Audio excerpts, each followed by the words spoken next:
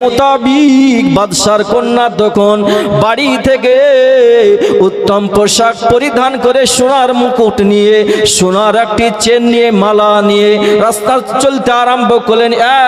একজনের কাছে যাওয়ার পর দেখলেন তার চেহারা, তার শরীর, এবং তারপরে দ্বিতীয়জন তৃতীয়জন ব্যক্তির কাছে এইভাবে চলে যান। এমন সময়তে মুসলমান এক অপরের কাছ থেকে যেতে যেতে যেতে কেউকে চয়েস করে না গো।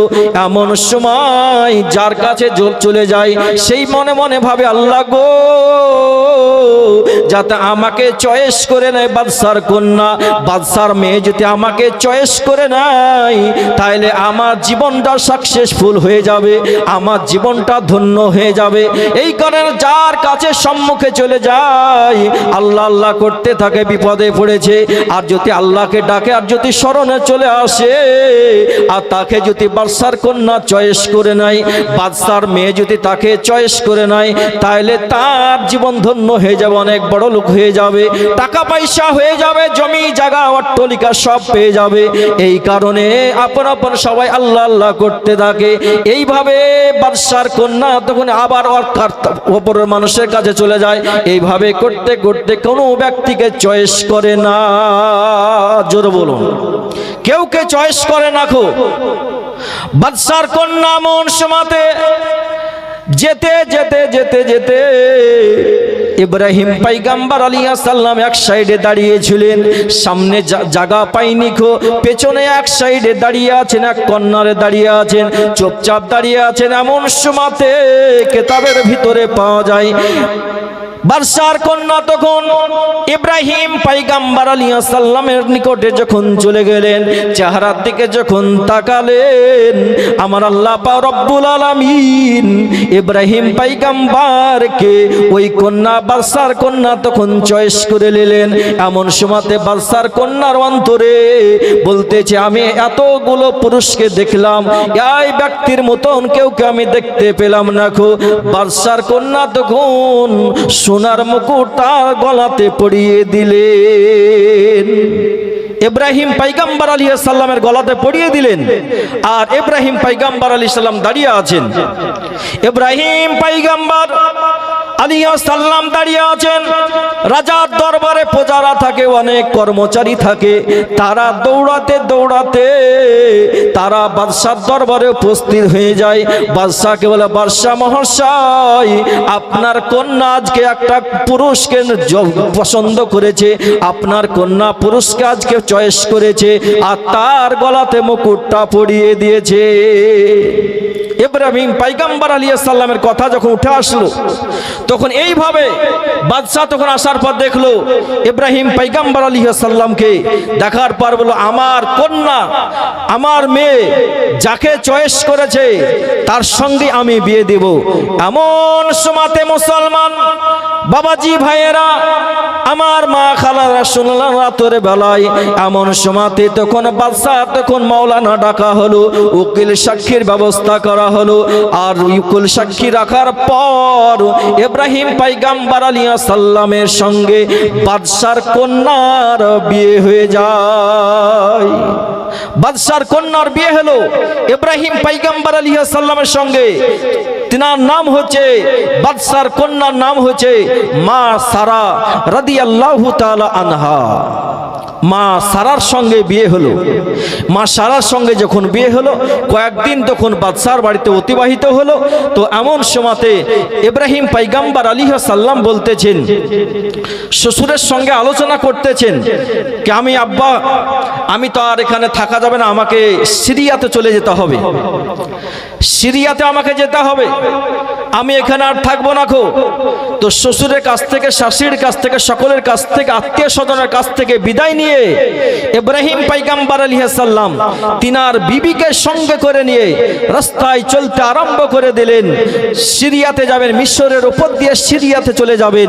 এমন সময়তে কিতাবের ভিতরে পাওয়া যায় ইব্রাহিম পয়গম্বর আলাইহিস সালাম যিনাকে বিয়ে করেছিলেন মা সারা, মা সারা চেহারা অত্যন্ত সুন্দর রমণী ছিলেন। অত্যন্ত নুরানিময় চেহারা ছিল, এত সুন্দর চেহারা ছিল, কোন গালে স্পর্শ দাগ ছিল না গো। এতই নুরানিময় চেহারা, যারা দেখবে তারাই চয়েস করে নিবে। ইব্রাহিম পয়গম্বর আলাইহিস সালাম সঙ্গে করে নিয়ে চলে যেছেন, মিশরে প্রবেশ করবেন। এমন সময়তে একদল মানুষ চলে আসছিল। একদল মানুষ আসার পর বলতেছেন, আপনি কোথায় যাবেন? তো বলতেছেন, আমি মিশরের উপর দিয়ে সিরিয়াতে চলে যাব। ওই ব্যক্তিরা বলল, হুজুর আপনাকে তো মনে হচ্ছে আল্লাহওয়ালা ব্যক্তি, আপনি মিশরের উপর দিয়ে যাবেন না গো।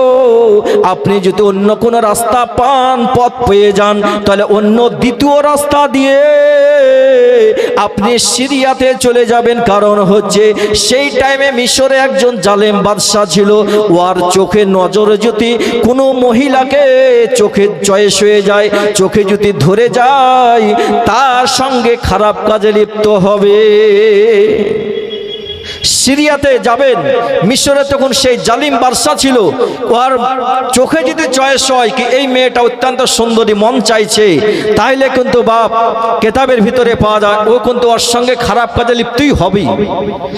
ওর রাজার দরবারে অনেক প্রজা থাকে, অনেক মানুষ থাকে, তা তাদেরকে অনুমতি দিয়ে ধরে নিয়ে আসবে, ছিনিয়ে নিয়ে আসবে।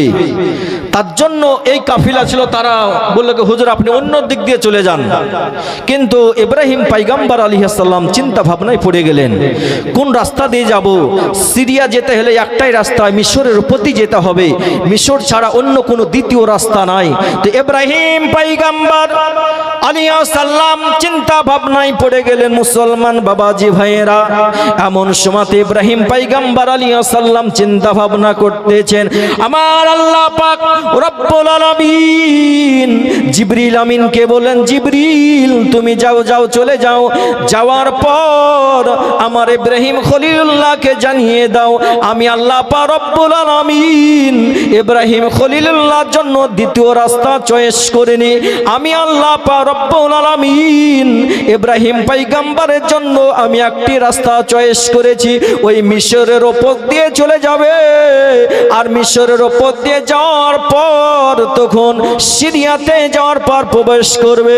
আমার খলিলুল্লাহকে যাওয়ার পর বলিয়ে দাও, আমার ইব্রাহিম খলিলুল্লাহকে যাওয়ার পর জানিয়ে দাও।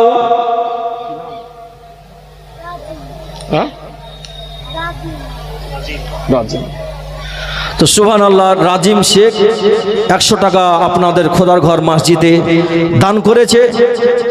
অবশ্যই আপনারা সকলেই মাইকের আওয়াজ পাচ্ছেন, যে যেরকম ব্যক্তি অবশ্যই আল্লাহর ঘরে দান করবেন সাধ্য মোতাবেক। এই দান আপনার বিফলে যাবে না, পানিতে পড়বেন না, কাল মাহশার ময়দান কঠিন বিচারের দিন তার ফল ইনশাআল্লাহ পাবেন। এমন সময়তে ইব্রাহিম পয়গম্বর আলাইহিস সালামকে আমার আল্লাহ পাক রব্বুল আলামিন জিবরাইলের মারফত দিয়ে জানিয়ে দিলেন। জিবরাইলের মারফত দিয়ে যখন জানিয়ে দিলেন, ইব্রাহিম পয়গম্বর আলাইহিস সালাম তখন এমন সময়তে মা সারা রাদিয়াল্লাহু তাআলা আনহাকে সঙ্গে করে নিয়ে যাবেন। এবার মিশরের উপর দিয়ে যেতে হবে। আর জালিম বাদশা দেখে নিলে খারাপ কুকর্মতে লিপ্ত হবে। তো ইব্রাহিম পয়গম্বর আলাইহিস সালামের সঙ্গে কিছু সামান পাতি ছিল, কিছু টাকা পয়সা ছিল।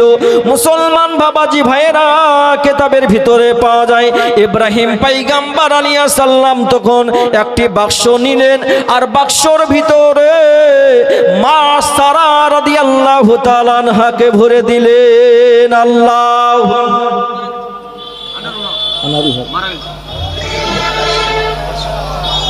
সুবহানাল্লাহ সুবহানাল্লাহ। আনারুল শেখ, মৃত্যু আনারুল শেখ 200 টাকা ওনার নামে দান করেছেন। আল্লাহ পাক রব্বুল আলামিন 5 মাস হলো, আল্লাহ পাক রব্বুল আলামিন এই দানের বরকতে জানেন তেনাকে জান্নাত নসিব করেন। সকল বলেন সুবহানাল্লাহ, আমিন।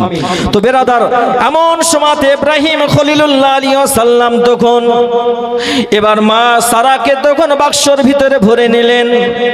সামনে পার্শ্বে ঝোলা আছে, টাকা পয়সা আছেন। এবার মিশরের জমিনে প্রবেশ করে গেলেন। এবার বাদশা কিছু কর্মচারী রেখেছিল রাস্তায়, ওরকম সুন্দরী রমণী যদি দেখতে পেয়ে যাও, তাইলে নতুন মানুষকে যদি দেখতে পেয়ে যাও তাদের সামানকে চেক করবে। যেমন রাস্তাঘাটে অনেক সময়তে পুলিশে চেকিং করে, রাস্তাঘাটে তোমার টুল বক্সে কি আছে, ঝোলাতে কি আছে, ওরকম তখন চেকিং করতে আরম্ভ করে দিল। কিতাবের ভিতরে পাওয়া যায় মুসলমান বাবাজি ভাইয়েরা, এমন সময়তে কিতাবের ভিতরে পাওয়া যায় ওই ঝোলাতে যখন চেক করা হলো কিছু সামান পাতি পাওয়া গেল। ইব্রাহিম পয়গম্বর আলাইহিস সালাম বলেন, শুনো গো, আমার ঝোলাতে যত জিনিসপত্র আছে তোমরা সব নিয়ে চলে যাও, আমার কাছে যা টাকা পয়সা আছে তোমরা সব নিয়ে চলে যাও, এই বাক্সটা আমাকে দিয়ে দাও। বাক্সটার ক্ষতি করো না, বাক্সটা আমাকে দিয়ে দাও, যত যা আছে সব তোমরা নিয়ে চলে যাও বাদশার কাছে, আমার কোনো দ্বিধাবোধ নয়। বললেও তারা কিছু মানুষ ছিল, তারা আলোচনা করলো এই বাক্সর ভিতরে তাহলে মূল্যবান কোনো জিনিস আছে। বাক্সটা যখন দিতে নিষেধ করছে তাহলে যে কোনো এই বাক্সর ভিতরে তাহলে কোনো জিনিস না কোনো জিনিস আছে, তাহলে এই বাক্সটাই আমাদেরকে রাখতে হবে। এই বাক্স যদি রাখা যায়, এই বাক্স যদি বাদশার কাছে নিয়ে যেতে পারা যায় তাহলে কিন্তু আমরা পুরস্কার পাবো, আমরা ইনাম পাবো। বাক্সর ভিতরে কি আছে এটাই আগে চেক করা হোক, ঝোলা থাক টাকা পয়সা থাক সব থাক, বাক্সর ভিতরে কি আছে এই জিনিসটাই আগে দেখতে হবে। তাদের মধ্যে দাওয়াত খেলো, বাক্স তালাকে যখন ভাঙা হলো কিতাবের ভিতরে পাওয়া যায় ওই বাক্সর তালা যখন বন্দি করা ছিল, তালা যখন ভাঙা হলো তো বাক্সর ভিতরে দেখছে একটা সুন্দরী মহিলা বসে আছে, জোরে বলো সুবহানাল্লাহ। এই সুন্দরী মহিলা দেখার পর তারা তখন বলল, না আমরা বাদশার কাছে নিয়ে যাব, কারণ বাদশার কাছে যদি আমরা নিয়ে যাই তাহলে আমরা পুরস্কার কিছু টাকা পয়সা পাবো আর আমরা অনেক ইনাম পাবো। তারা কিন্তু আমরাকে যেই ডিউটি দিয়েছে বাদশা, যেই চাকরি দিয়েছে আমাদের মালিক, সেই কর্তব্য সেই কাজ আমাদেরকে করতে হবে। তারা সঙ্গে করে তখন বাদশার দরবারে নিয়ে যেতে আরম্ভ করে দিল মুসলমান। কিতাবের ভিতরে পাওয়া যায় ইব্রাহিম পয়গম্বর আলাইহিস সালাম আল্লাহ আল্লাহ করতেছেন, মাবুদ গো জানে আমার বিবির জানে কোনো ক্ষতি না করতে পারে, ইজ্জতের জন্য কোনো ক্ষতি না করতে পারে, শরীরের জানে কোনো স্পর্শ না করতে পারে, আমার আল্লাহ পাক রব্বুল আলামিনের কাছে আবেদন করতেছেন। এমন সময়তে বাদশার দরবারে যখন উপস্থিত করা হলো, বাদশা বলল, এমন সময়তে বাদশা বলতেছে, এই মহিলাকে আমি চাই, এই মহিলার সঙ্গে আমি একটি রাত্রি কাটাতে চাই, এই মহিলার সঙ্গে আমি একটি রাত্রি থাকতে চাই। এমন সময়তে ইব্রাহিম পয়গম্বর আলাইহিস সালাম মন খারাপ করে বসে আছেন। আর ইব্রাহিম পয়গম্বর আলাইহিস সালাম যখন বসে আছেন, রাত্রি যখন হলো, বাদশার রুমে তখন তার প্রজারা নিয়ে যে মা সারা রাদিয়াল্লাহু তাআলা আনহাকে ঘরের ভিতরে যখন প্রবেশ করে দিলেন, মা সারা অত্যন্ত সুন্দর মহিলা ছিলেন, অত্যন্ত নূরানিময় চেহারা ছিল। এমন সময় আমার মা খালারা শুনেলেন রাতের বেলায় ইব্রাহিম পয়গম্বর আলাইহিস সালামকে অন্য একটি রুমে বন্দি করা হলো আর মা সারাকে একটি রুমে প্রবেশ করানো হলো। এমন টাইমে বাদশাহ ওই রুমে প্রবেশ করলো, মা সারা এক সাইডে দাঁড়িয়ে গেছেন, ইব্রাহিম পয়গম্বর আলাইহিস সালামে অন্য একটি রুমে বন্দি রয়েছে। বাদশাহ প্রবেশ করার পর ঘরটার দরজাটা বন্ধ করে দেয়। এমন সময়তে আমার আল্লাহ পাক রব্বুল আলামিন কিতাবের ভিতরে পাওয়া যায়, আল্লাহ পাক রব্বুল আলামিন তখন ইব্রাহিম পয়গম্বর আলাইহিস সালাম যেই ঘরের ভিতরে ছিলেন আর মা সারা অন্য একটি ঘরে ছিল, স্বামীর সন্দেহ হতে পারে কি আমার বিবির সঙ্গে হয়তো খারাপ কাজে লিপ্ত হয়ে গেছে, আমার বিবি হয়তো খারাপ কাজে লিপ্ত হয়ে গেছে বাদশার সঙ্গে, এরকম সন্দেহ হতে পারে। আমার আল্লাহ পাক রব্বুল আলামিন ইব্রাহিম পয়গম্বর আলাইহিস সালাম যেই ঘরের ভিতরে আছেন সেই ঘরের ভিতর থেকে বাদশা কি করছে না করছে সব টিভির মতন দেখতে পেয়েছেন। জোরে বলুন, বাদশা দেখতে পাচ্ছে ইব্রাহিম পয়গম্বর আলাইহিস সালাম সব দেখতে পাচ্ছেন আমার বিবির সঙ্গে বাদশা কি কথা বলছে না করছে, কি করছে। আল্লাহ পাক রব্বুল আলামিন এমন একটা কারিশমা বানিয়ে দিলেন যে ইব্রাহিম পয়গম্বর আলাইহিস সালাম দেখতে পাচ্ছেন যেন আমার বিবির সঙ্গে উপরে যেন কোনো রকম সন্দেহ না হয়। শয়তান তো আছে, ইবলিস শয়তান তো আছে। যেমন আইয়ুব পয়গম্বর আলাইহিস সালামের ঘটনা আপনারা শুনেছেন আশা করি। মা রহিমা যখন কাজ করতে যেতেন বাড়িতে বাড়িতে মানুষের, আর কিছু টাকা পয়সা ইনকাম হতো, সেটা আনার পর স্বামী স্ত্রীতে খাওয়া দাওয়া করতেন। তো একদিন ইবলিস শয়তান মানুষের লেবাসে আসার পর বলল, শোনো, তোমার বিবি কি করে জানো? মানুষের বাড়িতে কাজ করার বাহানা করে, কোনো খারাপ কাজে লিপ্ত হয়, এরকম একটা সন্দেহমূলক ভিতরে ভরে দিয়েছিল। অধিকার ঘটনা বাপ নয়, তেমন আমার আল্লাহ পাক রব্বুল আলামিন এমন একটা সিস্টেম করে দিলেন, ইব্রাহিম পয়গম্বর আলাইহিস সালাম অন্য ঘর থেকে দেখতে পেয়েছেন কি আমার বিবির সঙ্গে কি কথা বলছে, ইস হাত আমার বিবির শরীরে লাগালছে কিনা, ইব্রাহিম পয়গম্বর আলাইহিস সালাম সব দেখতে পেয়েছেন। মুসলমান বাবাজি ভাইয়েরা, এমন সময়তে বাদশা তখন মনের ভিতর ইচ্ছা জাগলো, একই জায়গাতে একই রুমে প্রবেশ করেছে, একই ঘরের ভিতরে আছে। বাদশা তখন মা সারার দিকে হাতটা যখন স্পর্শ করতে গেল, হাতটা যখন শরীরে লাগাতে গেল, বাদশার মনের খাইশ জেগেছিল। এমন সময় আমার আল্লাহ পাক রব্বুল আলামিন ওই বাদশার হাতে প্যারালাইসিস হয়ে যায়। জোরে বলুন, বাদশার হাত আর চলে না, হাতে কাজ করছে না। বাদশাহ তখন দ্বিতীয় হাত তখন স্পর্শ করতে যায়, বাদশার দ্বিতীয় হাতও অবশ হয়ে যায়, আর কোনো কাজ করতে পারে না। বাদশাহ মনে মনে চিন্তা ভাবনা করলো, আমি এখনো বয়স্ক হইনি খো, আমি এখনো জওয়ান আছি, কিন্তু আমার হাতে কোনো কাজ করছে না, কারণটা কি? এই মনে মনে চিন্তা ভাবনা করতেছে বাদশাহ। মুসলমান এমন সময়তে বাদশাহ তখন মা সারাকে বলল, তুমি একটু দোয়া করো, আমার হাত দুখান জানে ঠিক হয়ে যায়, তোমার সঙ্গে আর কোনো খারাপ কাজ করব না, তোমার সঙ্গে আর কোনো খারাপ কাজ করবো না গো, আমার জন্য একটু দোয়া করো, তাহলে আমার হাত দুখান জানে পূর্বের মতন হয়ে যায়, জানে আবাস আছে প্যারালাইসিস মতন হয়ে গেছে, জানে হাত দুটো ঠিক হয়ে যায়, আর তোমার সঙ্গে আমি কোনো খারাপ কাজে লিপ্ত হব না গো। মা সারা রাদিয়াল্লাহু তাআলা আনহা তখন আল্লাহর কাছে প্রার্থনা করলেন, আমার আল্লাহ পাক রব্বুল আলামিন তখন ওই বাদশার হাত দুটাকে ঠিক করে দিলেন। এমন সময়তে কিতাবের ভিতরে পাওয়া যায়, বাদশার হাত যখন ঠিক হয়ে গিয়েছিল, আবার পূর্বের নাই, বাদশা তখন আবার সুস্থ হওয়ার পর তখন বাদশাহ আবার মা সারার দিকে স্পর্শ করার জন্য যেছিল, আর পা দুখান মাটিতে ধরে নিয়েছে, আর চলতে পারে না, ছুটতে পারে না। খুব বাদশার মনে মনে ভয় হলো, কারণ কি রে, প্রথমে গেলাম তা হাত খারাপ হয়ে গেল, নষ্ট হলো, এবার পা আর চলছে না, ছুটার চেষ্টা করছে, ছুটতে পারা যাচ্ছে না, মাটিতে মনে হচ্ছে কষে ধরে নিয়েছে। বাদশা বলল, সারা তুমি আমার পা দোকানকে ছুটিয়ে দাও, একটু দোয়া করো, আমি এবার ওয়াদা করতেছি আর তোমার সঙ্গে আমি খারাপ কাজ করব না। মা সারা বললেন, আমি এটা আর দোয়া করতে পারবো না, আমি তোমার জন্য একবার দোয়া করেছিলাম, আমি তোমার জন্য আর পারবো না, ডাক দাও, আমার স্বামী বাইরে আছে, আমার স্বামীকে দোয়া করতে বলো, কাকতি মিনতি করো, আমার স্বামী যখন দোয়া করে দিবে তোমার পা ছেড়ে দিবে, মাটিতে ধরে রাখবে না। এমন সময়তে ডাক দেওয়া হলো, ইব্রাহিম পয়গম্বর আলাইহিস সালাম অন্য ঘর থেকে তিনাকে আনা হলো, আনার পর যখন দোয়া করলেন, জমিনে মাটিতে ধরে নিয়েছে পা, সেই পা মাটির থেকে পা আবার আপনা আপনি ছুটতে আরম্ভ করলো, আবার বাদশাহ চলাফেরা করতে আরম্ভ করলো।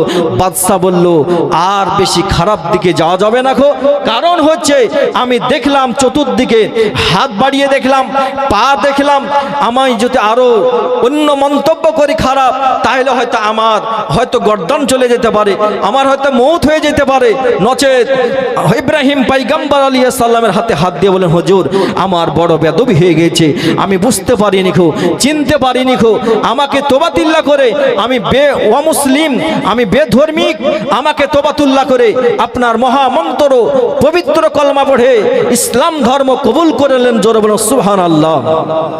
ইব্রাহিম পয়গম্বর আলাইহিস সালাম ওই বাদশাকে তখন পবিত্র কলমা পড়ে ইসলাম ধর্ম কবুল করালছিলেন। একবার দূরশে পেশ আল্লাহুম্মা, দেখে একটু পান না দুটোটা, আর এই কথা হবে, আচ্ছা, ওয়ালা আলে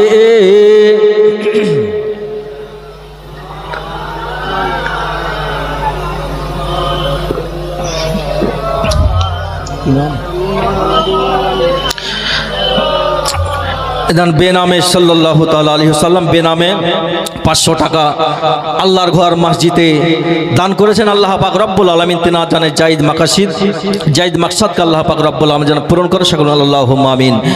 বেরাদার, এমন সময়তে কিতাবের ভিতরে পাওয়া যায় ইব্রাহিম পয়গম্বর আলাইহিস সালাম তখন ওই বাদশাকে পবিত্র কলমা পড়ে ইসলাম ধর্ম কবুল করালেন।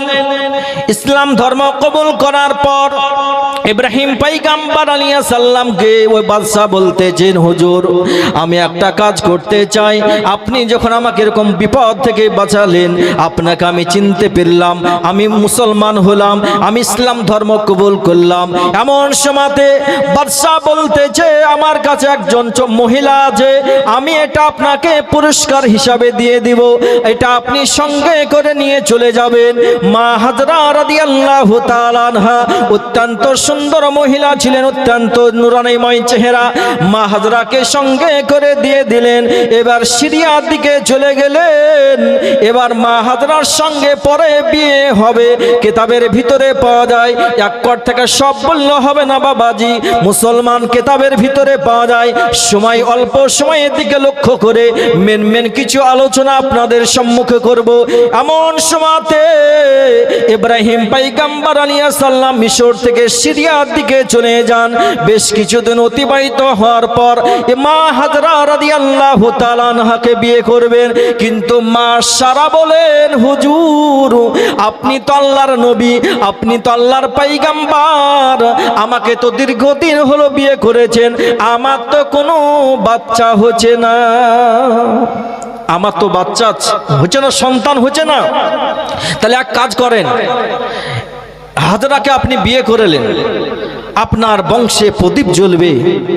আমার যখন সন্তান হচ্ছে না, হাজরাকে বিয়ে করলেন, হাজরার যদি সন্তান হয় তাহলে আপনার বংশে প্রদীপ জ্বলবে, আলো হবে, নাহলে আপনার বংশ তো আপনার পর থেকে নিভিয়ে যাবে, অন্ধকার হয়ে যাবে। তো আপনি হাজরাকে বিয়ে করলেন। মা সারা কিন্তু অনুমতি দিয়েছিলেন।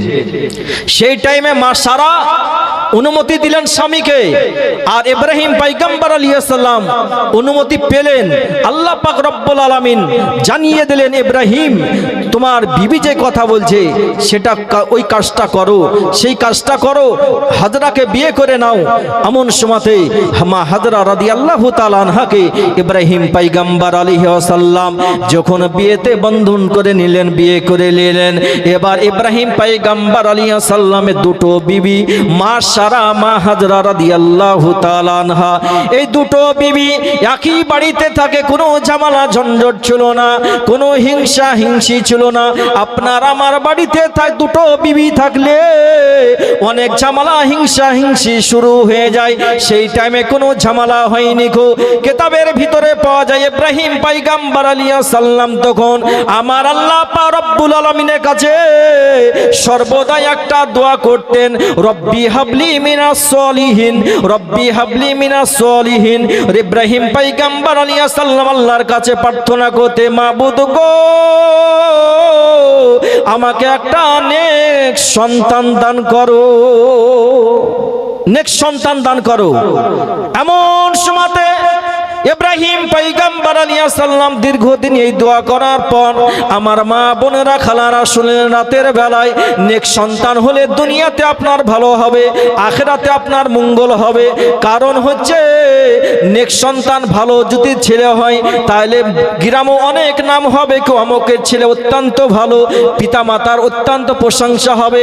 আর খারাপ সন্তান যদি হয় তাহলে যদি আজকে বোতল খাওয়া সন্তান হয়, খারাপ সন্তান ছেলে যদি হয় তাইলে বলবে অমুকের ছেলে অত্যন্ত খারাপ, বলবে কি না? বলবে।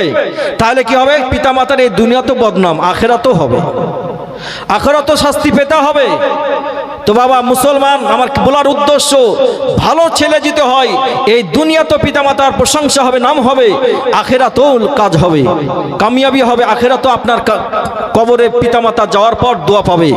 আর খারাপ হলে এই দুনিয়াতে কষ্ট, আখিরাতেও আপনাকে কষ্ট পেতে হবে।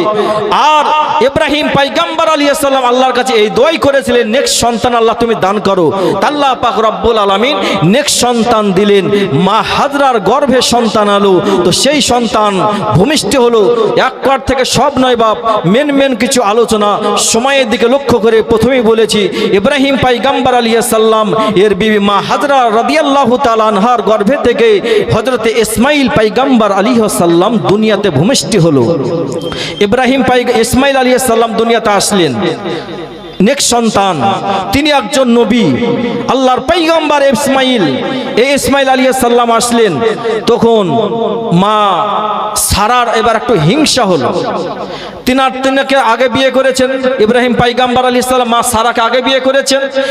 দীর্ঘদিন হয়ে গেছে, বাচ্চা হয়নি কো, কিন্তু স্বামীকে অনুমতি দিয়েছিলেন বিয়ের জন্য। কিন্তু যখন মা হাজরার একটি ছেলে হলো ইসমাঈল, তখন বলতেছে বাড়িতে একটা হিংসা তৈরি হলো।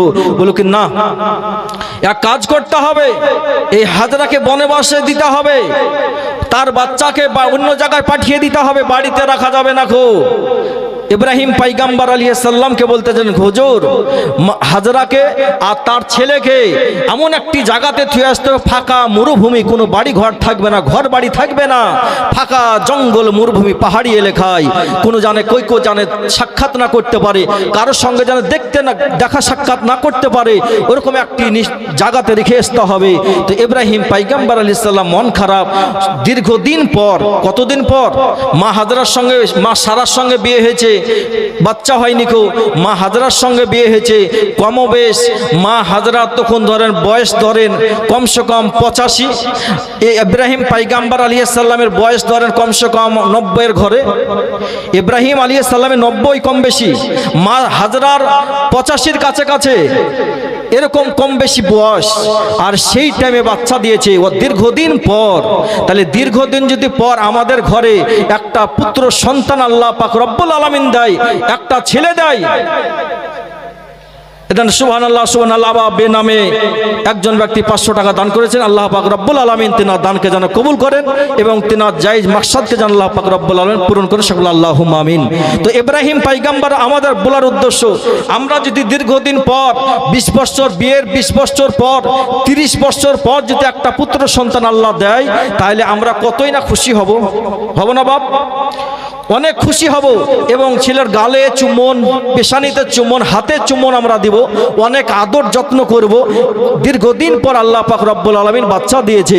তো এই কথা, এদিকে আল্লাহ পাক রব্বুল আলামিনের কাছে ফেরেশতারা বলছে, আল্লাহ ইব্রাহিম পয়গম্বর আলাইহিস সালাম তোমাকে অত্যন্ত ভালোবাসতো, মহব্বত করত, আর তাকে যখন একটা বেটা দিয়েছো, তো তার বেটার সঙ্গে মহব্বত করছে, গালে চুম্বন দিচ্ছে, হাতে চুম্বন দিচ্ছে, পেশানিতে চুম্বন দিচ্ছে, তো মহব্বত তো ভাগ হয়ে যাবে। আল্লাহ পাক রব্বুল আলামিন বললেন ভাগ হবে না গো, ইব্রাহিম আমার সঙ্গে অত্যন্ত মহব্বত করে, ভালোবাসে, কারণ তোমরা যদি পরীক্ষা নিতে চাও তো পরীক্ষা করতে পারো। যেই কথা সারা বলতেছে, কিন্তু আমার আল্লাহ পাক রব্বুল আলামিন জিবরিল আমিনকে পাঠিয়ে দিলেন, কি জিবরিল যাও, যাওয়ার পর ইব্রাহিম খলিলুল্লাহকে যাওয়ার পর বলে দাও কি সারা যেই কথা বলছে সেই কাজটাই ইব্রাহিম তোমাকে করতে হবে, কারণ এটাও হচ্ছে আল্লাহর আদেশ, এটাও হচ্ছে রব্বুল আলামিনের হুকুম, তোমাকে সেটা পালন করতে হবে। তো বাবা যে মুসলমান, ইব্রাহিম পয়গম্বর আলাইহিস সালামকে যখন আমার আল্লাহ পাক রব্বুল আলামিন ফেরেশতার মাধ্যম দিয়ে জানিয়ে দেওয়া হলো, তো ইব্রাহিম পয়গম্বর আলাইহিস সালাম মা হাজরার সঙ্গে আলোচনা করলেন কি তোমাকে এবং ইসমাইলকে সঙ্গে করে নিয়ে আমি অনেক দূর যাব, অনেক রাস্তা যেতে হবে, চলো আমার সঙ্গে তোমরা চলো। তো মা হাজরা এবং ইসমাইলকে সঙ্গে করে নিয়ে, বাচ্চা ছেলে দুধ পান করে, সামান্য কয়েক মাসের বাচ্চা দুধ পান করতে আছে, আর ইব্রাহিম পয়গম্বর আলাইহিস সালাম সঙ্গে করে নিয়ে রাস্তায় চলতে আরম্ভ করলেন। মুসলমান একবার দুরূদ পেশ করুন, আল্লাহুম্মা সাল্লি আলা সাইয়্যিদিনা মাওলানা মুহাম্মাদ ওয়া আলা আলি সাইয়্যিদিনা। মন যদি দিতে হয় নবীকে দিও, মন যদি দিতে হয় তো কাকে দেবেন? নবীকে দিতে হবে। নবীর সঙ্গে মহব্বত ভালোবাসা যদি রাখেন তা আপনি আখিরাতে জান্নাত পাবেন। কারণ আল্লাহ নবীর দরবারে এক আরবি আসার পর বলছে, হুজুর কিয়ামত কবে হবে? তো নবী আমার বলেন, কিয়ামত তো হবে, কিয়ামতের জন্য কি তুমি আসবাবপত্র সামানপাত্রী জমা করেছো? তো বলছে, আরবি বলছে, হুজুর কিছু করিনি খো, তবে আল্লাহ রসুলের সঙ্গে অত্যন্ত মহব্বত করি, ভালোবাসি। তো নবী আমার বললেন, তুমি যার সঙ্গে দুনিয়াতে মহব্বত করো তার সঙ্গে তোমার হাসর নাসর হবে, হাসরের ময়দানে তার পাশে থাকবে। আর যে নবীর সঙ্গে যদি মহব্বত করা যায় তা আপনি নবীর নিকটে থাকবেন, নবীর পাশে থাকবেন। আর যেই ব্যক্তি নবীর পাশে থাকবে, নবী ডান হাত ধরে তাকে জান্নাতে প্রবেশ করাবে। জোরে বলুন সুবহানাল্লাহ। তাই কবি বলেন, মন যদি দিতে হয় নবীকে দিও, ভালো যদি বাঁচতে হয় নবীকে বাসো। জোরে বলুন সুবহানাল্লাহ। তোমার কষ্ট যন্ত্রণা, তোমার কষ্ট যন্ত্রণা যিনি সইতে পারেন না, ওই নবীজির মহব্বতে, ওই নবীজির মহব্বতে জালসা করিও। মন যদি দিতে হয় নবীকে দিও। সারা জীবন কামলেন নবী, সারা জীবন কামলেন নবী এই যে দুনিয়ায়, এখনো কাঁদেন তিনি সোনার মদিনায়, এখনো কাঁদেন তিনি সোনার মদিনায়। আর জানের চেয়ে, আর জানের চেয়ে বেশি তাকে ভালোবাসিও। মন যদি দিতে হয় নবীকে দিও। আল্লাহুম্মা সাল্লাল্লাহু সাইয়্যিদিনা মাওলানা মুহাম্মদ ওয়া আলা আলি সাইয়্যিদিনা মাওলানা মুহাম্মদ সাল্লাল্লাহু আলা মুহাম্মাদি সাল্লাল্লাহু তাআলা আলাইহি ওয়াসাল্লাম। ইব্রাহিম পয়গম্বর আলাইহিস সালাম তখন ইসমাইলকে সঙ্গে করে নিলেন, মা হাজরাকে সঙ্গে করে নিয়ে মক্কার জমিনে মরুভূমি এলাকায় চলে গেলেন। বালুর চর পড়ে আছে, চতুর্দিকে বড় বড় বিশাল বড় বড় পাহাড় রয়েছে, গাছপালা নাই গো, কোনো ঘাসপালা নাই গো, কোনো মানুষের বাড়ি ঘর কিছুই নাই গো, দেখতে পাওয়া যাচ্ছে না গো। মুসলমান বাবাজি ভাইয়েরা, এমন সময়তে ইব্রাহিম পয়গম্বর আলাইহিস সালাম মক্কার কাবা ঘরের আপনি পাশে রেখে চলে আসবেন। এমন সময়তে সেই জায়গাতে রেখে চলে আসবেন, সঙ্গে কিছু খেজুর দিলেন আর সামান্য পানি দেওয়ার পর ইব্রাহিম পয়গম্বর আলাইহিস সালাম মা হাজরাকে ইসমাইলকে ওই জায়গাতে বসিয়ে দিয়ে এবার রাস্তায় চলতে আরম্ভ করলেন। মা হাজরা বলেন, ও আমার স্বামী জান, আপনি একটু কথা বলে যাবেন, আমার সঙ্গে দুটো কথা বলে যাবেন। ইব্রাহিম পয়গম্বর আলাইহিস সালাম ফিরে পেছনে তাকালেন না গো, সম্মুখে রাস্তা চলতে আরম্ভ করলেন। মা হাজরা রাদিয়াল্লাহু তাআলা আনহা দৌড়াতে দৌড়াতে সম্মুখে চলে গেলেন। মা হাজরা যাওয়ার পর বলতেছেন, ও স্বামী জান, আপনি তো আমাকে ফাঁকা মরুভূমি এলাকাতে আপনি কি বিচার করছেন? আপনি ফাঁকা মরুভূমি, কোনো বাড়ি ঘর নাই গো, গাছপালা নাই গো, চতুর্দিকে পাহাড় আর পাহাড় দেখতে পাওয়া যাচ্ছে, আর বালি দেখতে পাওয়া যাচ্ছে। আমার কাছে ছোট্ট একটা শিশু বাচ্চা রয়েছে, আর আমার কাছে সামান্য খাবার আছে, কয়েকটি খেজুর আছে, আর পানি সামান্য পরিমাণ আছে। আপনি এই ফাঁকা জায়গাতে আমাকে রেখে চলে যাচ্ছেন, কারণটা কি? আপনি কিসের জন্য রেখে যেছেন? আপনার প্রথম বিবির জন্য হয়তো রেখে যেছেন। আপনি প্রথম বিবি আপনার হয়তো বলেছে, এই কারণে এই জায়গাতে রেখে যেছেন।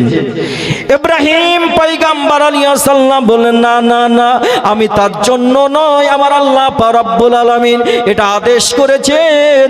আল্লাহ পাক রব্বুল আলামিন আমাকে হুকুম দিয়েছেন, আমাকে এই জায়গাতে তোমাদেরকে রেখে যেতে হবে। আমার হাজরা বললেন, আল্লাহর আদেশ যখন হয়েছে তাহলে আপনাকে আর আমি বাধা দিব না, আপনার উপর আমার কোনো দুঃখ বেদনা কষ্ট নাই গো, আপনি এবার পুনরায় বাড়ি চলে যান। আমার আল্লাহ পাক রব্বুল আলামিন যখন আমাকে এই জায়গাতে হুকুম দিয়েছে আপনাকে আমাদেরকে রাখার জন্য, তখন আল্লাহ পাক রব্বুল আলামিন আমাদেরকে হেফাজত করবেন। জোর বলুন। আল্লাহ যখন বলেছেন, আল্লাহর যখন আদেশ, তো আল্লাহ পাক রব্বুল আলামিন আমাদেরকে হেফাজত করবেন। বালা মুসিবতে বিপদে যদি পড়ে যায়, আল্লাহ পাক রব্বুল আলামিন এই জায়গাতে আমাদেরকে হেফাজতে রাখবে। বালা মুসিবত যদি চলে আসে, তো আল্লাহ পাক রব্বুল আলামিন আমাদেরকে সাহায্য করবেন। আর আমার কোনো চিন্তা নাই, ভাবনা নাই গো। এমন সময়তে ইব্রাহিম পয়গম্বর আলাইহিস সালাম যখন চলে আসলেন, মা হাজরা রাদিয়াল্লাহু তাআলা আনহা এইভাবে কিছুদিন অতিবাহিত হওয়ার পর তখন মা হাজরার কাছে খেজুর ছিল, খেজুর শেষ হয়ে যায়। পানি ছিল, পানিগুলো যখন শেষ হয়ে যায়, বাবাজি মুসলমান ভাইয়েরা, এই খেজুর পানি যখন শেষ হলো, এমন সময়তে মা হাজরা তখন পিপাসা লেগেছে, খাবার নাই পেটে। এমন সময়তে ইসমাইল পয়গম্বর ইসমাইল আলাইহিস সালাম তখন অত্যন্ত চিৎকার করছে খাবারের জন্য, এবং পানি যদি এক ঢোক পানি পাওয়া যায়, তো ইসমাইলের পিপাসা নিবারণ হয়ে যায়, মা হাজরার পিপাসা নিবারণ হয়ে যেত। এমন সময়তে মা হাজরা তখন পানির জন্য ছুটতে আরম্ভ করলেন, সাফা থেকে মারওয়া, মারওয়া থেকে সাফা। এই জায়গায় এখন বর্তমান যেনারা হজ করতে গেছেন দেখেছেন, রাস্তার মতন হয়ে গেছে। মা হাজরার জামানায় তখন রাস্তার মতন ছিল না, সাফা একটা বিশাল পাহাড় ছিল, মারওয়া একটা পাহাড় ছিল। এক পাহাড় থেকে অপর পাহাড় ছুটতে হতো আর দৌড়াতে হতো। এইভাবে মা হাজরা রাদিয়াল্লাহু তাআলা আনহা এক পাহাড় থেকে অপর পাহাড় যাওয়ার পর এবার দেখতে পেয়েছেন, তো মনে হচ্ছে সাফা থেকে মারওয়ার দিকে তাকাচ্ছেন, তো মনে হচ্ছে পানি দেখতে পাওয়া যায়। সাফা থেকে মারওয়ার দিকে তাকাচ্ছেন, তো যে পানি দেখতে পাওয়া যাচ্ছে। মারওয়ার দিকে যখন চলে যাচ্ছেন তো পানি নাই, সাফার দিকে যখন তাকাচ্ছেন তো যে পানি আছে, মানে বালি আর রোদ্রের তাপ পড়ছে আর চিকচিক করছে, মনে হচ্ছে পানি দেখতে পাওয়া যায়। তো মা হাজরা রাদিয়াল্লাহু তাআলা আনহা এইভাবে 7 চক্কর লাগাইছিলেন, 7 পাক দিয়েছিলেন। আর হাজীদেরকে এখন সেই সুন্নাত পালন করতে হয়। মা হাজরা রাদিয়াল্লাহু তাআলা আনহা দৌড়াইছিলেন, হাজীদেরকে এখন দৌড়াইতে হয়। মা হাজরা তখন এইভাবে আসার পর ইসমাইল পয়গম্বর আলাইহিস সালামের কাছে, বাচ্চার কাছে যখন চলে আসলেন, এমন সময়তে বাচ্চার কাছে যখন চলে আসলেন, তো ইসমাইল পয়গম্বর আলাইহিস সালাম মাটিতে শুয়ে আছেন, আর পায়ের ডাপে পায়ের গুল্লোর দিকে দেখতে পান আমার আল্লাহ পাক রব্বুল আলামিন জিবরিল আমিনকে পাঠিয়ে দিয়েছিলেন, জিবরিল যাও যাও যাও চলে যাও মক্কার বুকে চলে যাও। যাওয়ার পর হাজরা 7 চক্কর এইভাবে মারতে আছে, আর ইসমাইল শুয়ে আছে আমার পয়গম্বর। ওর পাটা ধরার পর গুল্লো ডাবটা মেরে দাও। এমন জমিনে যখন শুকনো জায়গাতে যখন গুল্লো ডাব দেওয়া হলো, সেই জায়গাতে পানির ফোয়ারা উঠতে আরম্ভ হলো মুসলমান। এমন সময়তে মা হাজরা রাদিয়াল্লাহু তাআলা আনহা সেই জায়গাতে আসার পর ওই পানির ফোয়ারাতে চতুর্দিকে পাথর দিয়ে ঘিরতে আরম্ভ করেছে। যেমন এনারা কুয়া বাঁধানো হয়, ওইভাবে মা হাজরা তখন চতুর্দিকে পাথর দিতে আছে আর বলতে আছেন, জমজম জমজম জমজম, তুমি দাঁড়িয়ে যাও। জমজম মানে তুমি দাঁড়িয়ে যাও, আর কোনো দিকে যেও না খো। মা হাজরা রাদিয়াল্লাহু তাআলা আনহা তখন এইভাবে জমজম পানি নিজে,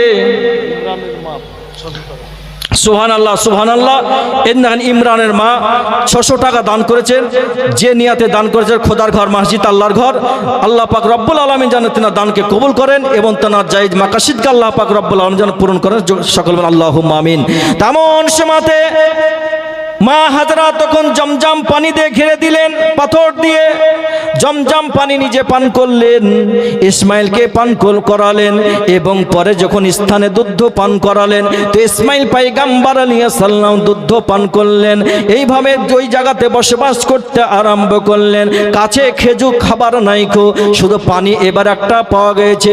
আমার আল্লাহ পাক রব্বুল আলামিন পানির ব্যবস্থা করে দিয়েছেন।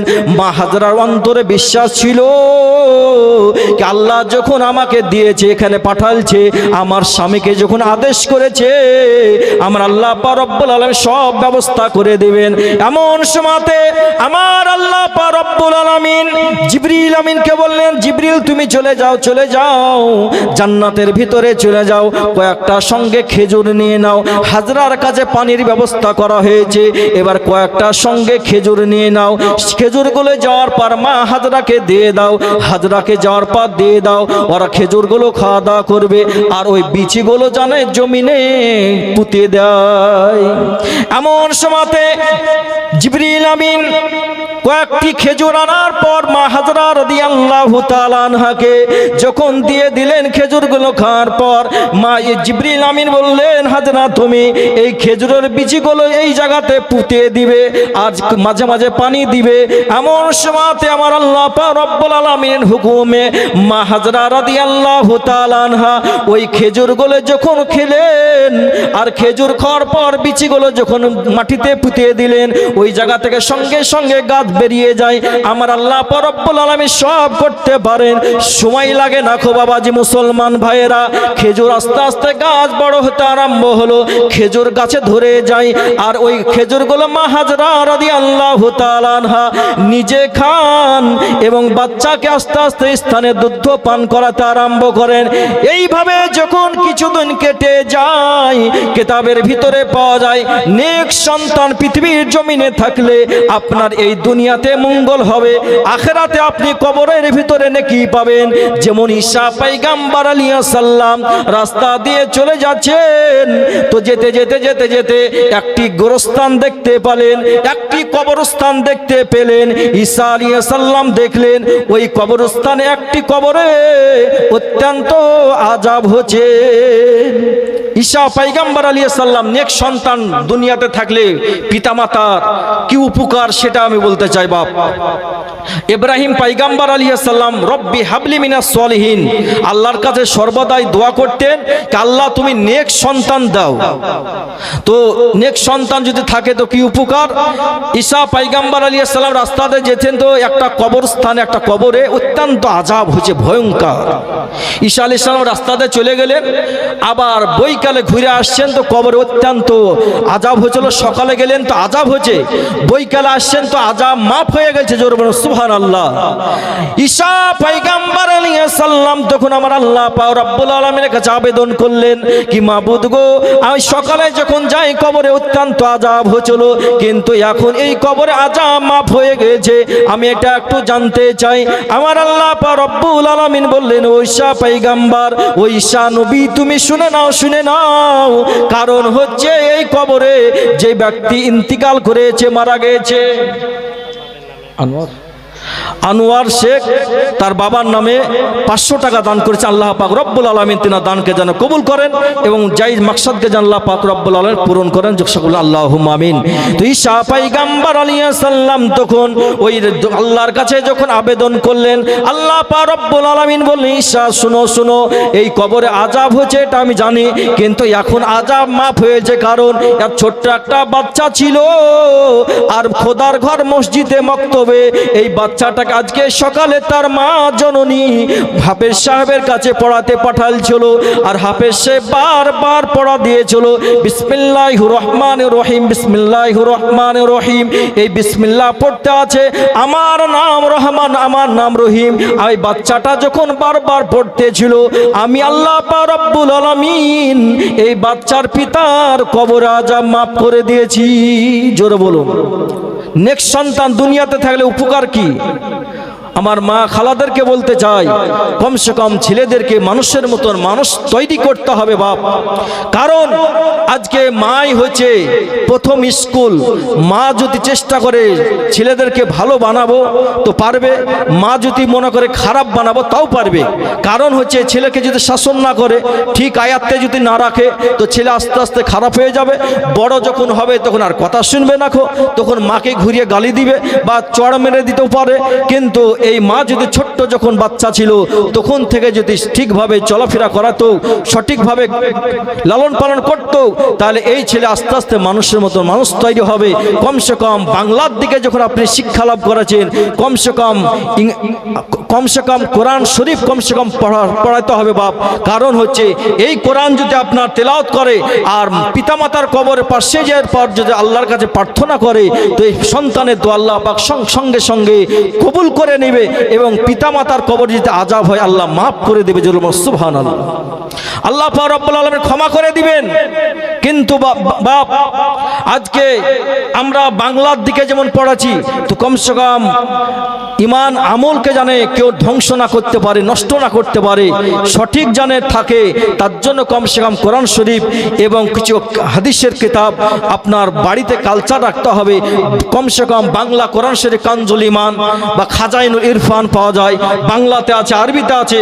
নিজে পড়ান, বিবিকে পড়ান, ছেলে মেয়েদেরকে পড়ান, আপনার ইমান কেউ নষ্ট করতে পারবে না। বর্তমান সময় অনেক রকম ফিরকা আছে, কেউ আপনার ইমানকে ধ্বংস করতে পারবে না। ইমান যদি ঠিক রাখতে হয়, একখান কানজুল ইমান বাড়িতে রাখুন। অনেক হাদিসের বাংলা বই পাওয়া যায়, কোন লেখকের কিনতে হবে হাফেজ সাহেবকে জিজ্ঞাসা করবেন, ইনশাআল্লাহ সেই লেখকের কিনবেন, নিজে পড়বেন, বিবিকে পড়াবেন, ছেলে মেয়েদেরকে পড়াবেন, ইমান আপনার হেফাজতে থাকবে এবং অনেক নেকি হবে। বাপ বুঝতে পারবেন ধর্মটা কি। আর যদি না করেন তাহলে আজকে বাপ ধরেন অসুস্থ, যাই অবস্থা, আর ছেলেকে ধরে ইঞ্জিনিয়ার লাইনে পড়াইছেন, কোরআন শরীফ পড়া জানে না, আর ছেলেকে ডাকার পর যদি বাপ আমার পাশে বসে সূরা ইয়াসিনটা পড়ো, তো ছেলে পড়তে পারবে? ছেলে বলছে বাবা আব্বা আমি তো জানি না সূরা ইয়াসিন কাকে বলে, কোরআন কাকে বলে আমি সেটা তো জানি না, আমি তো অন্য লাইনে পড়াশোনা করেছি। ওই ছেলে ইঞ্জিনিয়ার লাইনে পড়াশোনা করার পর আজকে ইংলিশটা আনার পর যদি বাপের পাশে পড়ে, তো যদি কষ্ট হয় তো কষ্ট হালকা হবে বাপ, আরো কষ্ট বেশি হবে। আর সূরা ইয়াসিন সূরা মুলুক যদি ওই বাবার পাশে বসে বসে পড়া হতো আর বাপ শুনতে থাকতো, তো আল্লাহ পাক রব্বুল আলামিন যদি কষ্ট হতো, তা আল্লাহ পাক রব্বুল আলামিন কোরআন শরীফ তেলাওয়াতের খাতিরে আল্লাহ পাক রব্বুল আলামিন কষ্টকে হালকা করে দিত। জোরে বল সুবহানাল্লাহ। তো ছেলে মেয়েকে মানুষের মতন মানুষ করুন। আপনি যদি কিতাবের ভিতরে পাওয়া যায়, উদাহরণস্বরূপ বলতে যায়, বৃক্ষ তুমি কেমন ফলে পরিচয়, গাছ আগে ভালো হতে হবে বাপ, তাহলে ফলটা ভালো হবে। ছেলে মেয়েতে তৈরি করতে গেলে আগে পিতামাতাকে মানুষের মতন মানুষ হতে হবে, তাহলে আপনি সেই ফলটাকে যদি সঠিকভাবে তৈরি করেন তো আপনার ভালো হবে।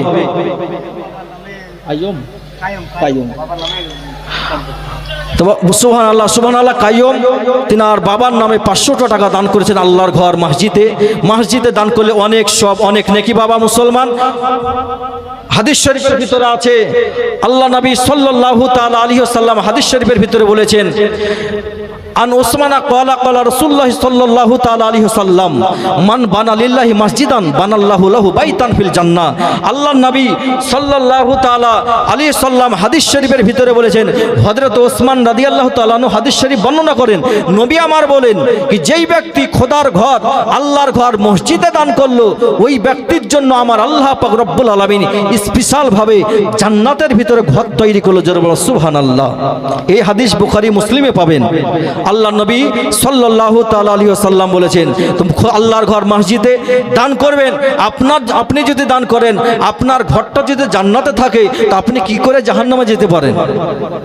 ঘর থাকবে জান্নাতে আর ঘরের মানুষ থাকবে জাহান্নামে, কি করে হতে পারে? ঘরের মানুষও জান্নাতেই থাকবে। জোরে বলুন সুবহানাল্লাহ। তো আল্লাহর ঘর মসজিদে দান করবেন, অনেক নেকি, অনেক সওয়াব। আমার মা খালারা দান করবেন। আরো 2 জন বক্তা আছে আপনার মুনাজিরে আহলে সুন্নাত মুফতি জাহাঙ্গীর আলম রেজভী সাহেব, তিনি আছেন। তিনার মুখ থেকে মূল্যবান কোরআন ও হাদিসের বাণী শুনতে হবে। ঈমান আমল আপনার চাঙ্গা হয়ে যাবে। কোনো বেধর্মিক আপনার কোনো বাদমজহাব আপনার ঈমানকে নষ্ট করতে পারবে না। হুজুরের বক্তব্যের উপরে যদি চলতে পারেন, তো বাবাজি মুসলমান ভাইয়েরা, মা বোনদেরকে বলবো, লক্ষ্মীর ভান্ডার আমার মুখ্যমন্ত্রী 1000 টাকা করে দিচ্ছে, নাহলে 1 মাসের টাকা আপনারা সংসারে খরচ করবেন না, নাহলে পাউডার কিনবেন না, কোনো পোশাক কিনবেন না। আল্লাহর ঘর মসজিদে দান করবেন। আপনার স্বামী দান করবে আলাদা, আপনার স্বামী দান করবে, আপনার স্বামীর জন্য জান্নাতে ঘর তৈরি হবে। আর আপনি যদি দান না করেন, মা বোন যদি আমার দান না করে, তো ওদের জন্য তো জান্নাতে ঘর তৈরি হবে না। তাইলে যদি আপনিও দান করবেন, আপনার স্বামীও করবে, তাহলে দুজনের জন্য জান্নাতে ঘর তৈরি করা হবে। যেমন যে কথা বলছে না ইব্রাহিম পয়গম্বর আলাইহিস সালামের ঘটনা, ওদিকে হয়তো আর যেতে পারবো না এই উদাহরণ দিতে যে বাপ, কারণ হচ্ছে বাদশা বাদশাহ হারুন রশিদ। বাদশাহ হারুন রশিদ নাম শুনেছেন, অনেক ঘটনা বাপ। বাদশাহ হারুন রশিদ এর বিবির নাম হচ্ছে বিবি জুবাইদা। এ বিবি জুবাইদা একটা সঙ্গে করে, একটা দাসী সঙ্গে করে নিয়েছে। স্বামীর সঙ্গে বললেন, বাদশাহকে বললেন কি হুজুর, আজকে আমি একটু রাজ্যটা দেশটা একটু ভ্রমণ করব, এদিকে একটু ঘোরাঘুরি করব, আমার আসতে কোনো একটু দেরি হবে, আমার বাড়ি ফিরতে একটু দেরি হবে। তো বিবি জুবাইদা তখন দাসীকে সঙ্গে করে নিলেন, দিয়ে রাস্তায় চলতে আরম্ভ করে দিলেন। বেশ রাস্তায় চলছেন, সঙ্গে কয়েকটা দাসী আছে, বিবি জুবাইদা চলছেন, বাদশাহ হারুন রশিদ বাড়িতে আছেন। এমন সময়তে বাদশাহ হারুন রশিদের বিবি জুবাইদা রাস্তায় যেতে যেতে যেতে, রাস্তাঘাটে ভগবনগোলা বাজারে হোক, জিয়াগান বাজারে হোক, অনেক জায়গাতে আপনি দেখতে পাবেন রাস্তাঘাটে অনেক পাগল বসে থাকে। আমরা তাচ্ছিল মনে করি আল্লাহ আল্লাহ পাক রব্বুল আলামিন অনেক পাগলের ভিতরে আল্লাহওয়ালা জ্ঞান ভরে রাখেন। এমন সময়তে কোনো পাগলকে দেখার পর মন খারাপ করবেন না, গালিগালাজ করবেন না। কারণ হচ্ছে একজন পাগল রাস্তায় বসে আছে, বিবি জুবাইদা সেই রাস্তা দিয়ে চলে যাচ্ছে, আর পাগল ধুলো দিয়ে ঘর তৈরি করতে আছে। এই ঘরটা মনের মতন যদি না হয় তো ঘরটা নিজে নিজে হাত দিয়ে ভেঙে দিচ্ছেন।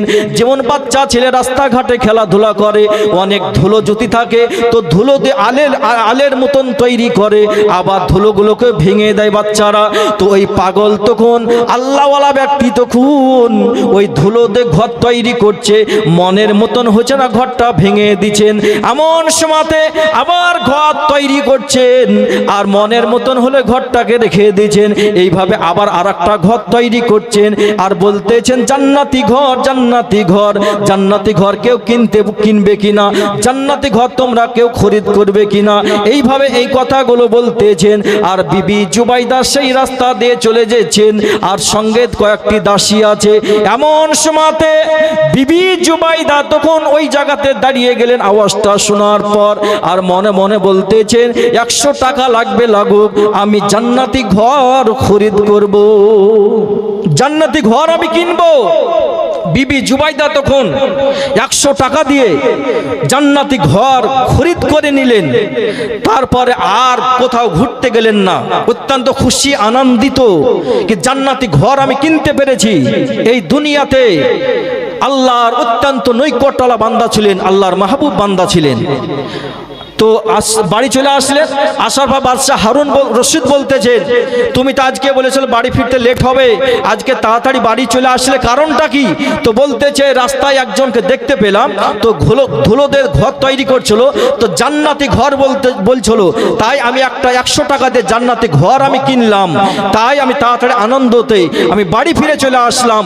এমন সময়তে বাদশাহ হারুন রশিদ বলতেছেন, বিবি তুমি কি কাজ ভুল করলে?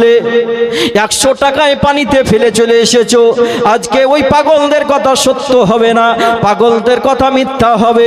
এই ঘর খরিদ করতে হতো না গো, এই ঘর কিনতে হতো না, কারণ এটা মিথ্যা কথা, এটা দুনিয়াতে জান্নাতি ঘর কিনতে পাওয়া যায় না গো। এমন সময়তে রাত্রি হয়ে গেছে, রাত্রি যখন গভীর হয়ে গেছে, বাদশাহ হারুন রশিদ স্বপ্নের মাধ্যমে দেখতে পেলেন জান্নাতের ভিতরে একটি জান্নাতি ঘর রয়েছে, আর গেটে রাখা আছে বিবি জুবাইদা। জুবাইদার নাম তো আরো অনেক মহিলার হতে পারে মা বাপ, আরো অনেক মহিলার হতে পারে, কিন্তু দেখতে পাচ্ছে বাদশাহ হারুন রশিদের বিবি জুবাইদা। বাদশাহ হারুন রশিদ অত্যন্ত চিন্তিত কি আমার কি দেখলাম, কারণ আমার বিবি তো বলছিল বৈকালে এই কথা, রাত্রিতে জান্নাতি ঘর আমার বিবি দেখতে পেলাম, তাহলে তো আমাকে একটা ঘর কিনতে হবে যেন আমার বিবির পাশে ঘরটা। এমন সময়তে বাদশাহ হারুন রশিদ তখন ওর প্রজাদেরকে লাগিয়ে দিল, গোলামদেরকে পাঠিয়ে দিল, ওই ফকিরকে যেখানে দেখতে পাবে খুঁজে নিয়ে আসো আমার কাছে। এমন সময়তে বাদশাহ তখন যখন পাঠিয়ে দেয়, ওর গোলামেরা খুঁজতে খুঁজতে খুঁজতে একটি জায়গাতে যখন আল্লাহর পাগলকে পাওয়া যায়, তখন পাগলকে বলতেছে আপনাকে যেতে হবে বাদশার দরবারে, ওই বাদশাহ আপনাকে ডেকেছে। এমন সময়তে আল্লাহওয়ালা ব্যক্তি বলেন কি আমি ওই জায়গাতে যাব না, এটা আমার দরকার নয়। বাদশার দরকার যদি থাকে বাদশাহ আমার কাছে আসতে হবে। পিপাসা লাগলে টিবলের কাছে যেতে হয়, টিবল চলে আসে না মানুষের কাছে। এমন সময়তে বাদশাকে যখন খবর দেওয়া হলো, ওই বাদশাহ হারুন রশিদ তখন পাগলের কাছে চলে যায়। আল্লাহওয়ালা ব্যক্তির কাছে যাওয়ার পর বলে, হুজুর আমি বড় বেয়াদবি করেছি, ভুল করেছি, আমাকে ভুলের ক্ষমা করতে হবে আপনাকে। আর আমিও একটা জান্নাতি ঘর কিনতে চাই, জানে ঘরটা আমার বিবির পাশে হয়। বলছে তোমাকে ঘর তোমার কাছে বিক্রয় করব না, তোমার কাছে ঘর বেচবো না। বলতে হুজুর আপনি তো 100 টাকায় আমার বিবিকে ঘর বেচেছেন আমার বিবির কাছে, আমি 1 লক্ষ টাকা দেবো আপনাকে ঘর বেচতে হবে। যে হবে না, কারণ তোমার বিবি আমার ওপর বিশ্বাস করে কিনেছিল, আর তুমি কিন্তু বিশ্বাস করোনি, তুমি অস্বীকার করেছো, মিথ্যা কথা বলেছো, তুমি স্বপ্নের মাধ্যমে রাত্রিতে দেখেছো, তার জন্য তুমি ঘর কিনতে এসেছো, তোমার কাছে ঘর বিক্রয় করব না। বাদশাহ হারুন রশিদ বলছে হুজুর ঘর বিক্রয় আপনাকে করতে হবে, কারণ আমি আপনার কাছ থেকে খরিদ করতে চাই জান্নাতি ঘর। এমন সময়তে মুসলমান বাবাজি ভাইয়েরা, এই বাদশাহ হারুন রশিদ কাকতি মিনতি করতেছে, আর আল্লাহ নৈকট্যওয়ালা বান্দা বলতেছেন তোমার কাছে ঘর তাহলে বিক্রয় করতে পারি, কিন্তু 100 টাকাতে নয়। তোমার যা আছে রাজপ্রসাদে যত জমি জায়গা টাকা পয়সা বাড়ি ঘর অট্টালিকা যা আছে সব আমার নামে করে দিতে হবে, তবে কত আমি তোমাকে দিতে পারি। বলতেছে হুজুর তাই হবে, আমি দিয়ে দিলাম। যখন কাগজ কলম করে দেওয়া হলো, আল্লাহওয়ালা ব্যক্তি বলতেছেন আপনি তাহলে বাদশাহ, আপনি তাহলে এখন তো ফকির, এখন আপনি গরিব, আমি এখন বাদশাহ। কারণ আল্লাহ সেকেন্ডের ভিতরে মানুষকে গরিব থেকে বড়লোক বানিয়ে দিতে পারে, আর বাদশাকে ফকির আল্লাহ বানিয়ে দিতে পারে। এটা আল্লাহ পাক রব্বুল আলামিনের ইচ্ছা। তো বাপজি ভাইয়েরা, বাদশাহ আল্লাহওয়ালা ব্যক্তি ফকির তখন আবার পুনরায় বাদশাকে সব দান করে দিলেন। বললেন কি আমার এই জিনিসের কোনো লোভ নাই, আমার কোনো প্রয়োজন নাই, যাও তোমাকে একটা জান্নাতি ঘর তোমার কাছে বিক্রয় করলাম, কিন্তু বিনা মূল্যে তোমাকে দিয়ে দিলাম। বাদশাহ হারুন রশিদ বলতেছেন হুজুর আপনি তো আমাকে বিনামূল্যে দিলেন, কিন্তু আপনার কাছে একটা অনুরোধ আবেদন, আপনার একটা কোন জায়গাতে আপনাকে একটা আমার জায়গাতে জমিতে একটা খানকা করে দেব, ওই জায়গাতে আপনি থাকবেন। সন্ধ্যার টাইমে আপনার ভক্তরা সব আসার পর দেখা সাক্ষাৎ করবে, মানুষ আপনি কখন কোথায় থাকছেন আপনাকে দেখতে পাওয়া যাচ্ছে না, তো আপনি এটা একটু অনুরোধ, এটা আপনি মেনে নেন। তো আল্লাহওয়ালা ব্যক্তি বলেন ঠিক আছে, তাহলে অমুক জায়গাতে একটা খানকা করে দিবে, সেই জায়গাতে আমি অমুক টাইমে থাকবো, আমার ভক্তরা আমার সঙ্গে আসার পর সাক্ষাৎ করবে, দেখা সাক্ষাৎ করবে। একবার দূরশে পেছনে আল্লাহুম্মা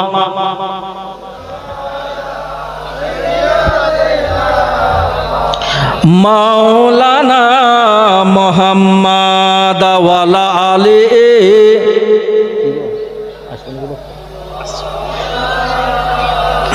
কি আজিমউদ্দিন, হ্যাঁ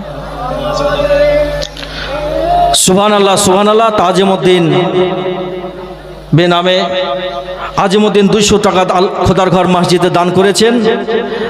আল্লাহ পাক রব্বুল আলামিন তিনার দানকে যেন কবুল করেন এবং জায়েদ মাকসাদকে আল্লাহ পাক রব্বুল আলামিন যেন পূরণ করে, সকলে আল্লাহুম্মা আমিন। তো অবশ্যই আল্লাহর ঘর মসজিদে অবশ্যই আপনারা দান করবেন।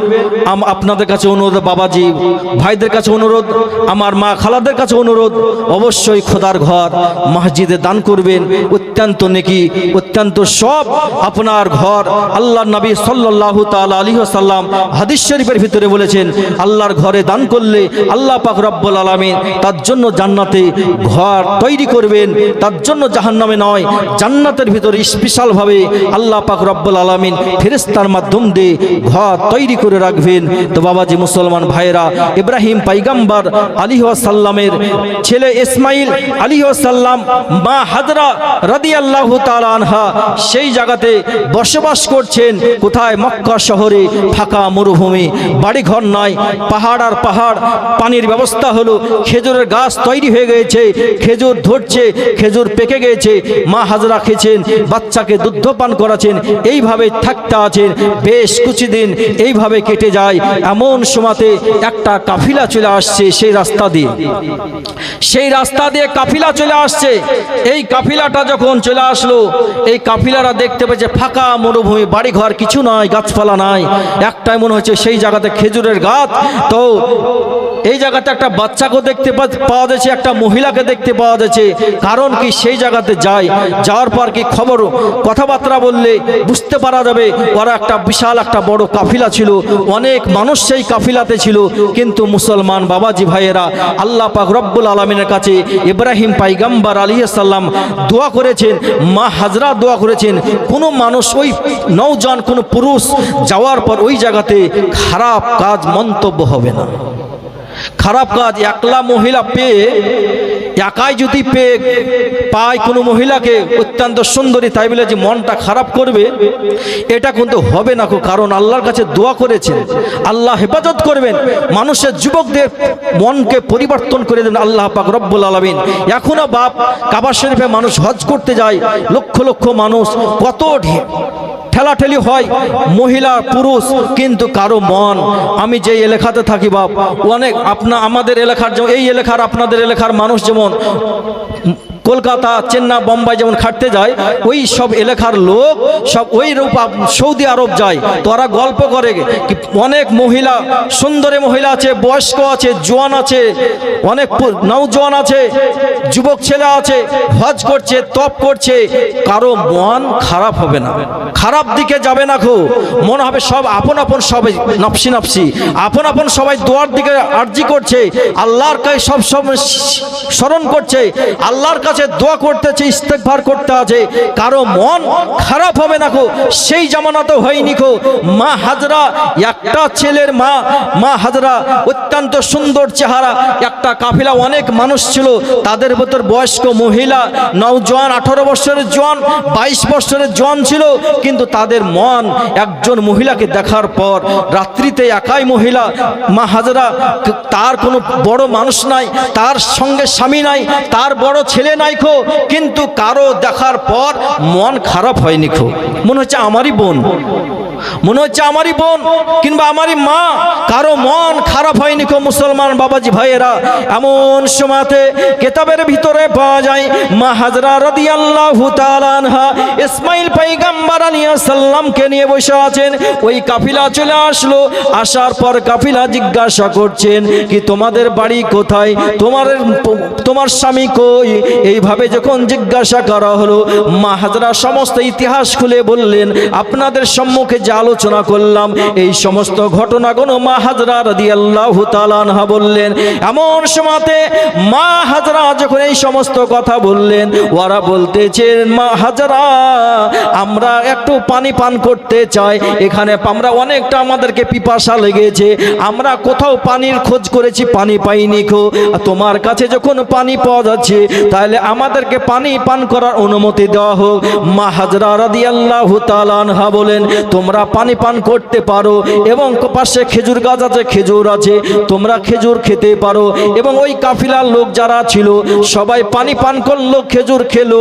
আর সেই জায়গাতে বসবাস করার জন্য মা হাজরা রাদিয়াল্লাহু তাআলা আনহা বলেন, আমি একটা আওয়াজ ভেসে ভেসে শুনতে পেতাম কি, তুমি হাজরা তুমি চিন্তা করিও না গো, তোমার সঙ্গে আল্লাহ পাক রব্বুল আলামিন আছেন। এই জায়গাতে এমন একটা দিন আসছে সম্মুখে, আজকে তোমার এই জায়গাতে মানুষ বসবাস করতে আরম্ভ করবে। তোমার ছেলে সাধারণ ছেলে নয়, তোমার ছেলে একজন নবী, একজন পয়গম্বর। এই ছেলেকে দিয়ে এই পাশে একটা কাবা ঘর তৈরি হবে, কাবা ঘর নির্মাণ হবে। কাবা ঘরটা এখন চিহ্নট নাই, কিন্তু এই জায়গাতে তোমার ছেলের দ্বারাতে একটা কাবা ঘর নির্মাণ করা হবে। মা হাজরা বলেন, আমি এইভাবে শুনতে পেতাম, আওয়াজ একটা ভেসে আসতো। এমন সময়তে ওই কাফিলার মানুষ বলল, হাজরা আমরা আর এখান থেকে যেতে চাই না, আপনি যদি অনুমতি দেন তো এই জায়গাতে আমরা বসবাস করতে আরম্ভ করব, এই জায়গাতে আমরা বাড়ি করার পর আরম্ভ করব, এবং আপনাকে একটা বাড়ি তৈরি করে দিব। মা হাজরা অনুমতি দিয়ে দিলেন তাদেরকে, তারা আপন আপন একটা বাড়ি তৈরি করলো। মানুষেরা যখন বাড়ি করলো, মা হাজরার জন্য একটা বাড়ি তৈরি করে দেওয়া হলো। মুসলমান বাবাজি ভাইরা ও আমার মা খালারা গো, মা হাজরা সেই টাইমে একাই ছিলেন, ইসমাইল বাচ্চা ছেলে, এখনো দুধ পান করা ছেলে।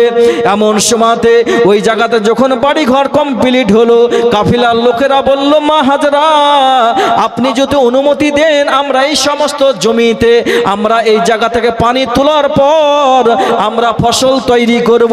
আপনি যদি অনুমতি দেন ওই ফসলের আমরা খাজনা দিব, আমরা কন্ট্রাক্ট হিসাবে নিব জমি, আর আমরা খাজনা দিব।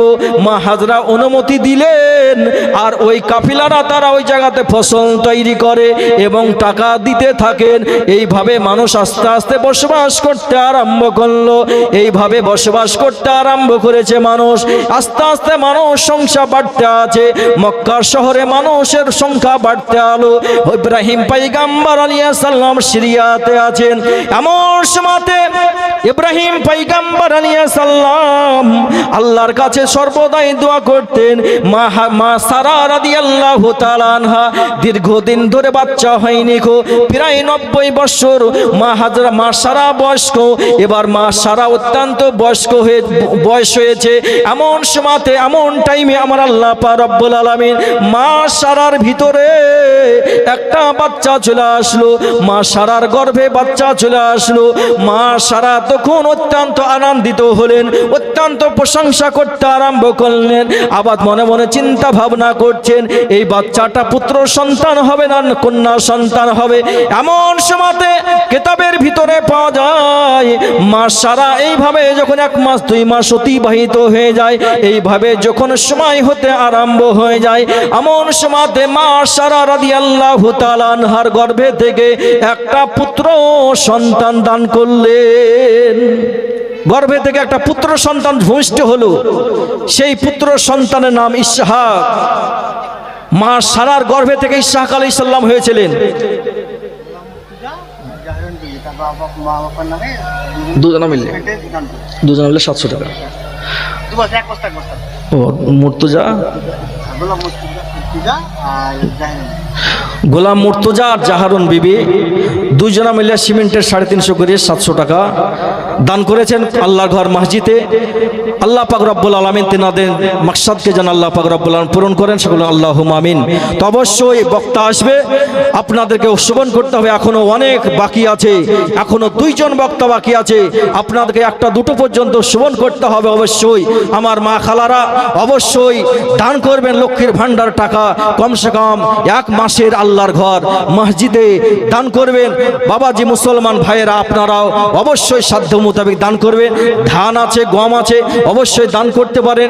রড সিমেন্ট টাকা পয়সা হয়তো সিমেন্ট আপনারা অবশ্যই দান করবেন। জীবনী বক্তা অবশ্যই আছেন, তিনাদের হাতে অবশ্যই দান করবেন। আমি 3টি 4টি প্রশ্ন আপনাদের সম্মুখে বলেছি কি মা বোনদের যে কানে খড়ি দেওয়া হয়, লাখে খড়ি দেওয়া হয়, কানে যে দোল বা বালি দেওয়া হয়, কোন নবীর জামানা থেকে চালু হয়েছে মা বলবো, কিন্তু 5 জন মা আমার 1000 টাকা দেন তো দেখি। এই মশলাটা বলবো কোন নবীর আমল থেকে শুরু হয়েছে, কোন নবীর জামানা থেকে কানে নাকে খড়ি এবং কানে বালি হাতে চুড়ি তার পূর্বে ছিল না মা। আজকে মা বোনদের আপনারা যখন দেয় কানে নাকে খড়ি, কানে যখন বালি, তখন দেখে কত সুন্দর লাগে, দেখে ভালো লাগে। একজন 200 টাকা দান করেছিলেন। তেমন সময়তে মা সারা রাদিয়াল্লাহু তাআলা আনহা ইসহাক আলাইহিস সালামকে দুনিয়াতে ভূমিষ্ঠ করলেন। এদিকে ইসহাক আলাইহিস সালাম যখন চলে আসলেন, মা সারা অত্যন্ত আনন্দিত খুশি।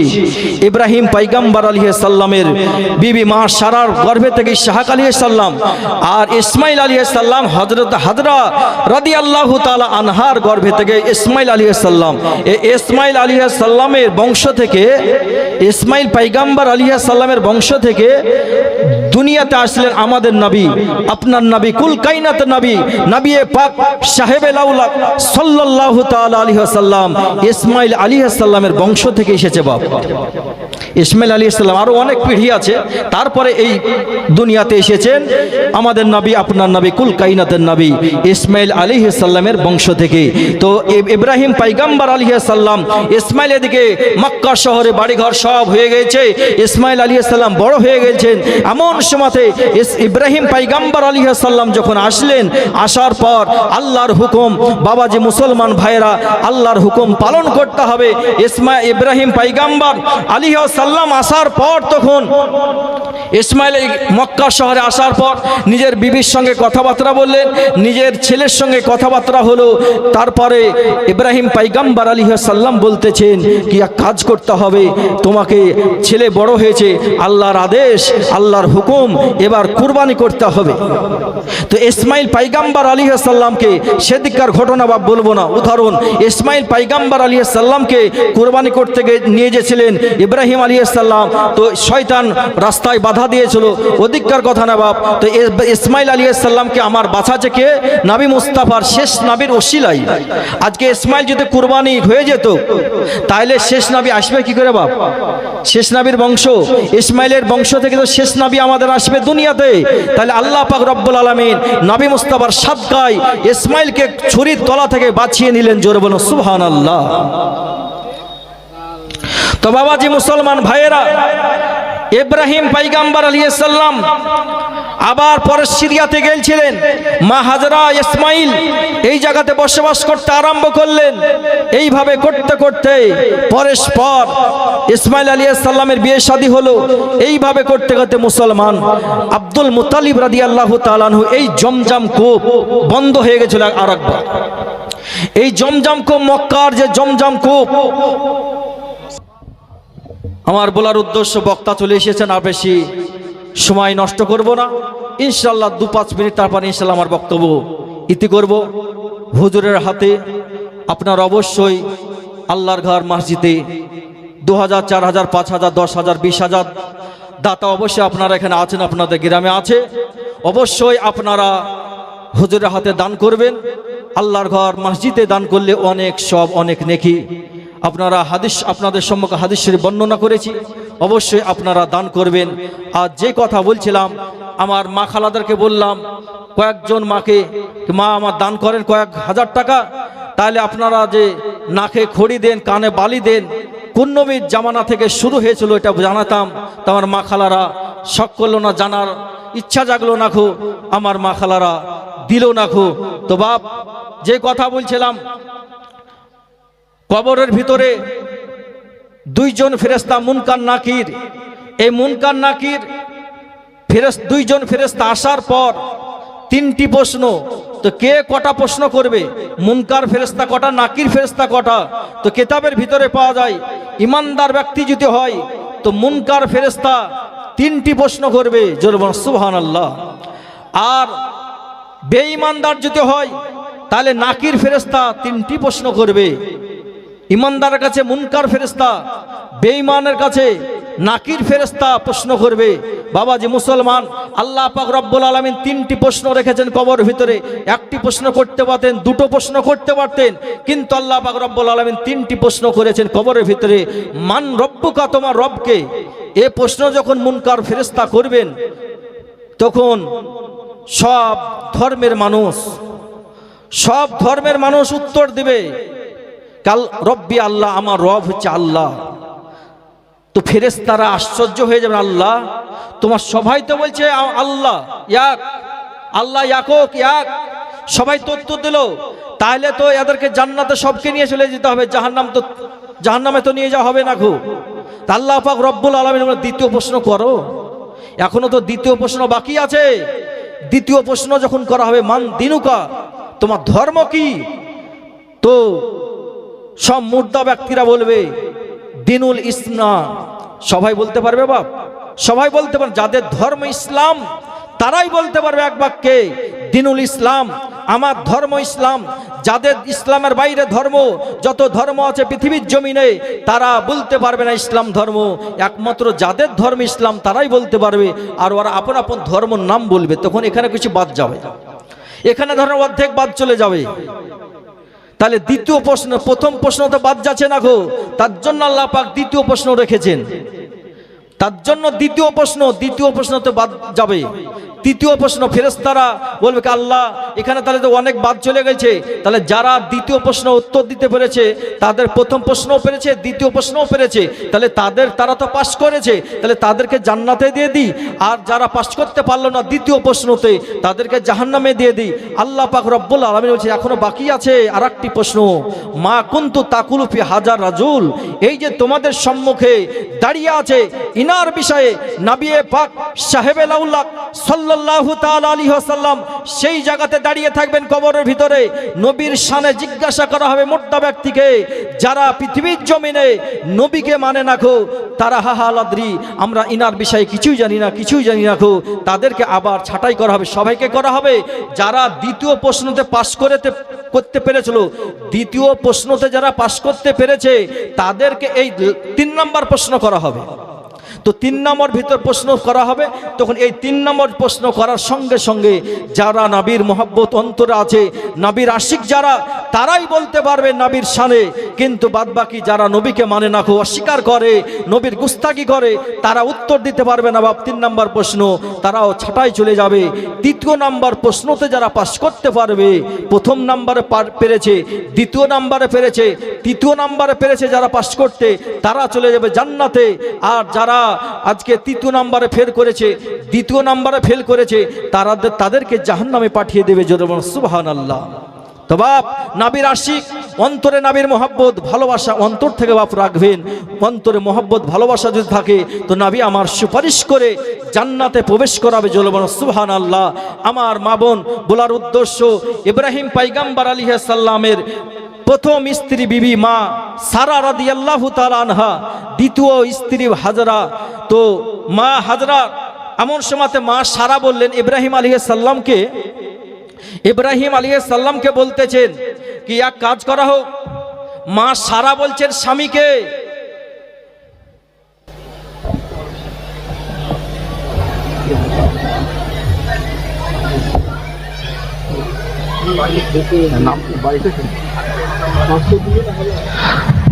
তো বাবাজি মুসলমান, আপনাদের গ্রামের আতাউল হাজি শেখ 1000 টাকা আল্লাহর ঘর মসজিদে দান করেছে। আল্লাহ পাক রব্বুল আলামিন যেন দানকে কবুল করে। আল্লাহুম্মা আমিন। আদরা বিবি 500 টাকা আল্লাহর ঘর মসজিদে দান করেছেন। রাবিয়া বিবি 200 টাকা আল্লাহর ঘর মসজিদে দান করেছেন। আপনি তো বলেন খাতুন, যাই হোক বিবি নয় খাতুন। তো বাবাজি মুসলমান ভাইরা, আমার মা খালারা, মা হাজরা, মা সারা ইব্রাহিম আলাইহিস সালামকে নিজের স্বামীকে বলতেছেন কি হাজরার এক কাজ করা হোক, নাক ফুটে করা হোক, কানকে ফুটা করা হোক, জানে দেখতে খারাপ লাগে তার জন্য, উদ্দেশ্য ছিল তার জন্য জানে দেখতে খারাপ লাগে আমার সতীনকে, দেখতে জানে ভালো লাগে এই উদ্দেশ্য ছিল না যে দেখতে খারাপ লাগে। তো মা সারা যখন বললেন, তো ইব্রাহিম আলাইহিস সালাম তখন ফুটো করে দিলেন কান নাক। তখন তারপর গহনা যখন পরানো হলো, তখন দেখতে আরো অত্যন্ত সুন্দর লাগছিল, আরো দেখতে অত্যন্ত সুন্দর লাগছে, ভালো লাগছে। তোমা আমার ইব্রাহিম পয়গম্বর আলাইহিস সালামের জামানা থেকে এই বিষয়গুলো চালু হয়েছে। কানে নাকে খড়ি, কানে সমস্ত বিষয় ইব্রাহিম পয়গম্বর আলাইহিস সালামের এই বিষয়গুলো সেই জামানা থেকে চালু হয়েছে। বক্তব্য আর লম্বা চড়ানো বক্তা চলে এসেছেন, এই বলে আমার বক্তব্য করছি। ওমা আলাইনা ইল্লাল বালাগ। আসসালামু আলাইকুম ওয়া রাহমাতুল্লাহি ওয়া বারাকাতুহু। আল্লাহুম্মা